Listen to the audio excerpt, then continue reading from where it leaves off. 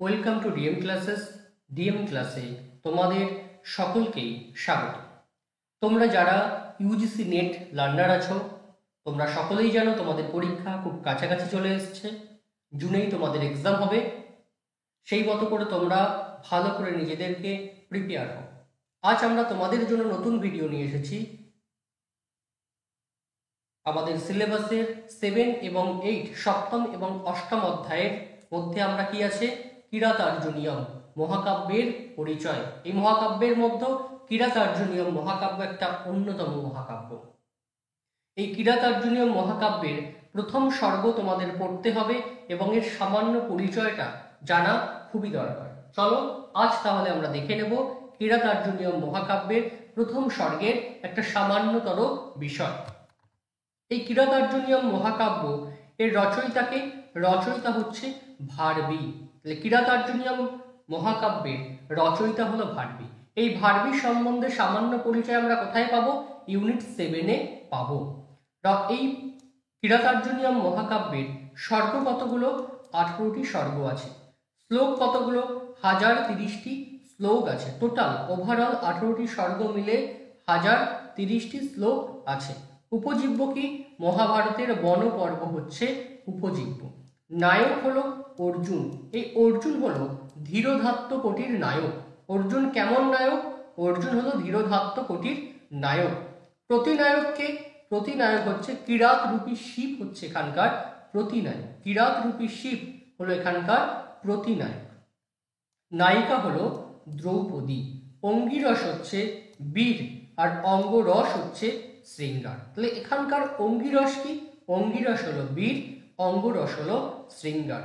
গুণ হলো ওজ।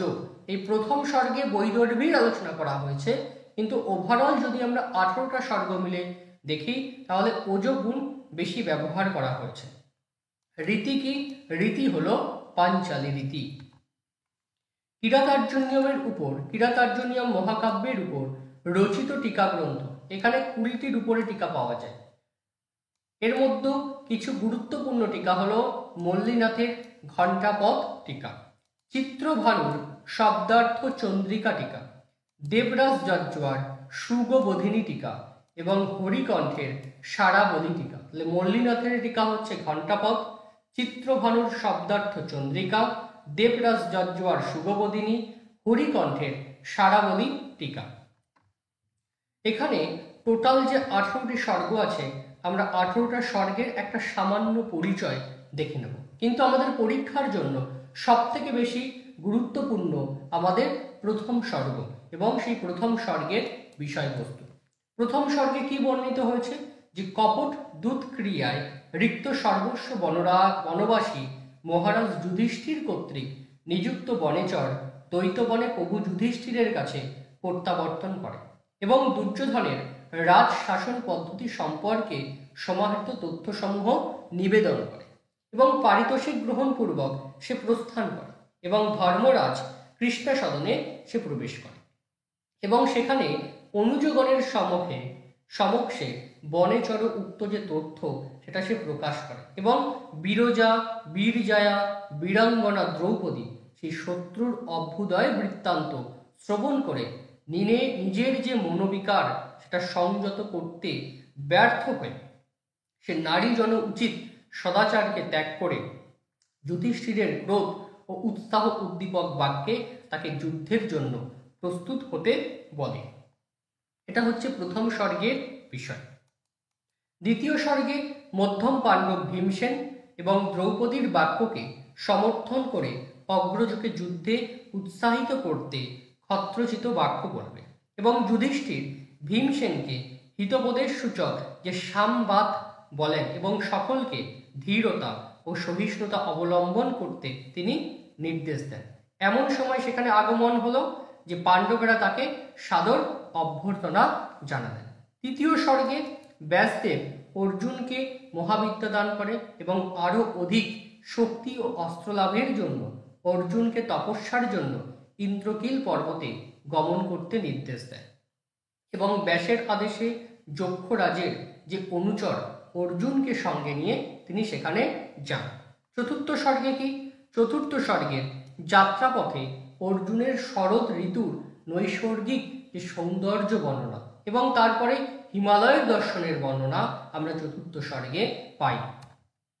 পঞ্চম স্বর্গে হিমালয়ের বর্ণনা, অর্জুনের হিমালয় পাদদেশে উপস্থিতি এবং যক্ষ অনুচরের প্রস্থান, অর্জুনের ইন্দ্রকিল পর্বতে আগমন এবং গুজ্জকের উপদেশ আমরা এখানে পাই। ষষ্ঠ স্বর্গে ইন্দ্রকিল পর্বতে আরোহণের পর অর্জুন কর্তৃক সেই পর্বত বর্ণনা, অর্জুনের তপস্যার আয়োজন, অর্জুনের দুশ্চর তপস্যার ভীত গুজ্জকদের অনুরোধে ইন্দ্র কর্তৃক অর্জুনের তপস্যার বিঘ্ন সৃষ্টির উদ্দেশ্যে অপ্সরাদের প্রেরণ। সপ্তম স্বর্গে অপ্সরাদের ইন্দ্রকিল পর্বতে আগমন এবং পুষ্পাদি অবচয়ন। অষ্টম স্বর্গে অপ্সরাদের বনবিহার ও জলকেলি। নবম স্বর্গে রাত্রিকালে অপ্সরাদের মদিরাপান ও কামক্রিয়া। দশম স্বর্গে অর্জুনের চিত্ত আকর্ষণের জন্য অপ্সরাদের নানা প্রকার হাবভাব এবং বিলাস প্রকটন, এবং সে সময় যে অর্জুনের যে অবস্থা, বিবিধ ছোলাকলায় অর্জুনকে প্রলুব্ধ করার প্রয়াসে ব্যর্থ যে অপ্সরা, তাদের প্রস্থান। তাহলে তারা এসেছিল অর্জুনকে ছলাকলায় মত্ত করার জন্য, কিন্তু অর্জুন তাতে মত্ত হয়নি, তাদের প্রয়াস ব্যর্থ হয়, তারা চলে যায়, ফেরত যায় আবার স্বর্গপুরীতে। একাদশ স্বর্গে বর্ণিত হয়েছে যে ব্রাহ্মণ বেশে দেবরাজ ইন্দ্রের অর্জুন আশ্রমে উপস্থিতি এবং তার সঙ্গে অর্জুনের বিবিধ আলাপ সমূর্তি ধারণ করে ইন্দ্রের অর্জুনের সমক্ষে আবির্ভাব এবং শিবের আরাধনা করতে অর্জুনকে উপদেশ দান। দ্বাদশ স্বর্গে বর্ণিত হয়েছে অর্জুন কর্তৃক শিবের তপস্যা, অর্জুনের দুশ্চর তপস্যায় চিন্তিত হয়ে তাপসদের শিবের নিকট গমন এবং প্রার্থনার উত্তরে তাদের প্রতি কিরাত বেশে অর্জুনের সঙ্গে তার যুদ্ধ করার আশ্বাস প্রদান। ত্রয়োদশ স্বর্গে বর্ণিত হয়েছে অর্জুনের অভিমুখে ধাবিত বন্য বরাহের প্রতি অর্জুন ও কিরাতরূপী শিব, উভয়ের বাণ নিক্ষেপ, বরাহের মৃত্যু, অতঃপর মৃত বরাহের দেহ থেকে তীর উদ্ধার করে উদ্যোগী অর্জুনের প্রতি কিরাত দূত কর্তৃক ভৎসনা। চতুর্দশ স্বর্গে বর্ণিত হয়েছে অর্জুনের সঙ্গে যুদ্ধে কিরাত সৈন্যদের প্রাথমিক বিপর্যয়। পঞ্চদশ স্বর্গে পুনরায় অর্জুনের বিরুদ্ধে কিরাত সৈন্যদের সংঘর্ষ। ষোড়শ স্বর্গে যুদ্ধে শিব ও অর্জুন উভয়ই দিব্যাস্ত্র প্রয়োগ এবং অর্জুনের পরাজয়ের বর্ণনা। সপ্তদশ স্বর্গে বর্ণিত হয়েছে শিব অর্জুন এবং উভয়ের যে পারস্পরিক সংঘর্ষ এবং দিব্য অস্ত্রের ব্যর্থতায় অসহায়বোধ যে অর্জুনের প্রস্তর এবং বৃক্ষকাণ্ড ইত্যাদির ব্যবহার এবং পরিশেষে ব্যর্থতা। অষ্টাদশ স্বর্গে বর্ণিত হয়েছে একদম সর্বশেষ অধ্যায়, সর্বশেষ স্বর্গে বর্ণিত হয়েছে যে শিব অর্জুন এবং উভয়ের মধ্যে মল্লযুদ্ধ। শিব উপর দিকে লাফিয়ে অর্জুন তার চরণ আকর্ষণ করল এবং শিব এবং কিরাতের ছদ্মবেশ, শিব কি করছে, সেই কিরাতের ছদ্মবেশ ত্যাগ করে স্বরূপ প্রকাশ করল এবং অর্জুনের তপস্যা, সাহস এবং শৌর্য বীর্যে প্রীত হয়ে তাকে পাশুপত অস্ত্র ও ধনুর্বেদ দান করল। অপরাপর দেবগণ অর্জুনকে নানা প্রকার অস্ত্র উপহার দিল। কৃতকার্য হয়ে অর্জুন অবশেষে দ্বৈত বনে জ্যেষ্ঠ অগ্রজ মহারাজ যুধিষ্ঠিরের কাছে প্রত্যাবর্তন করল। এই হচ্ছে ওভারঅল আমাদের কিরাতার্জুনীয়ম মহাকাব্যের যে 18টি স্বর্গ আছে, সেই 18টি স্বর্গের একটা সামান্য পরিচয়। আশা করি তোমাদের কারোর বুঝতে অসুবিধা নেই। যদি কারোর বুঝতে অসুবিধা হয় তোমরা অবশ্যই কমেন্ট বক্সে তোমরা কমেন্টস করবে এবং ভিডিওটা তোমার বন্ধু বান্ধবদের মতো শেয়ার করবে। যারা চ্যানেলটিকে সাবস্ক্রাইব করোনি অবশ্যই চ্যানেলটিকে সাবস্ক্রাইব করবে, আর আমাদের টেলিগ্রাম গ্রুপ, হোয়াটসঅ্যাপ গ্রুপে জয়েন করবে। আর যদি কেউ ভাবো যে তোমরা পেড কোর্সে এনরোল করবে, তাহলে ডেসক্রিপশন বক্সে যে নাম্বার দেওয়া আছে সেই হোয়াটসঅ্যাপ নম্বরে তোমরা যোগাযোগ করতে পারো। সকলে ভালো করে পড়াশোনা করো এবং সামনের পরীক্ষার জন্য খুব ভালো করে প্রিপারেশন করো।